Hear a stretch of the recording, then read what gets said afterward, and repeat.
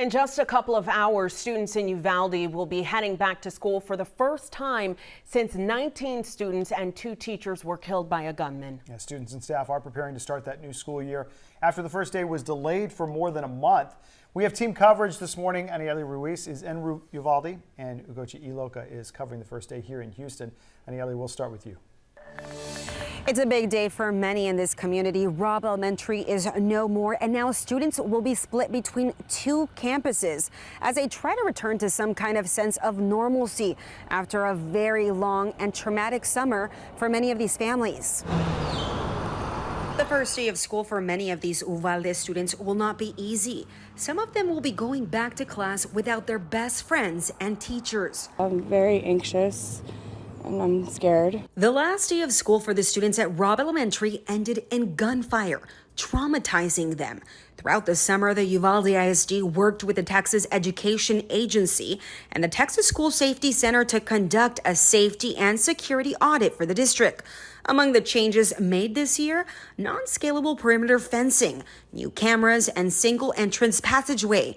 They'll even have troopers patrolling the schools from 6 a.m. to 6 p.m. But for those families who lost a loved one on that terrible day, it just doesn't feel like enough. It's not going to make the people feel safe.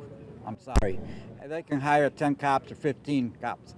It's not going to make a difference. The people do not feel safe in Uvalde. Well, parents had until last week to sign up their kids for in-person or virtual learning, a tough decision many were still grappling with. Now, it's unclear how many have signed up for in-person learning, but of course, we will have a live report for you right here on KHOU. In Uvalde, Anieli Ruiz, KHOU 11 News. Anieli, thank you for that. Students and staff will not be alone this morning, and that's because they'll be joined by Comfort Dogs. Lutheran Church Charity is bringing about 30 dogs from 11 different states. The dogs will be available for students and staff for the next 3 weeks. And as students head back to school today, the entire state is standing with Uvalde. Now school districts across the state want to get your kids involved. Ugochi Iloka is live for us this morning with more on the message behind Maroon Tuesday. Ugochi. Hey, good morning, Steph. So you'll see several school districts, including HISD, supporting Uvalde students returning to class today wearing maroon and white across the Houston area. Even local colleges are supporting Uvalde. Texas Southern Special Tribute, they had one over the weekend, really supporting those Uvalde educators and students. Take a look.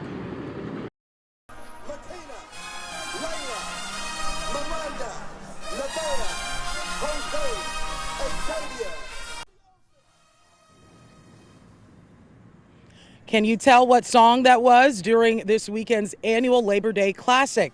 Texas Southern's Ocean of Soul marching band spelled out Uvalde with a heart as they performed Selena's hit song, Dreaming of You. White balloons were also released for the victims during the game.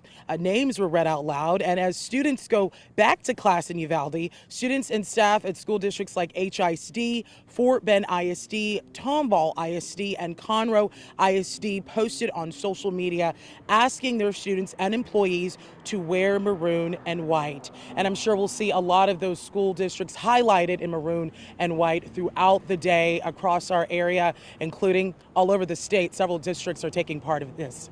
Kimberly? Ugochi Iloka live for us this morning. Thank you. And for more on Uvalde, like changes the district has made or ways you can support the community, just text the word Uvalde to 713-526-1111.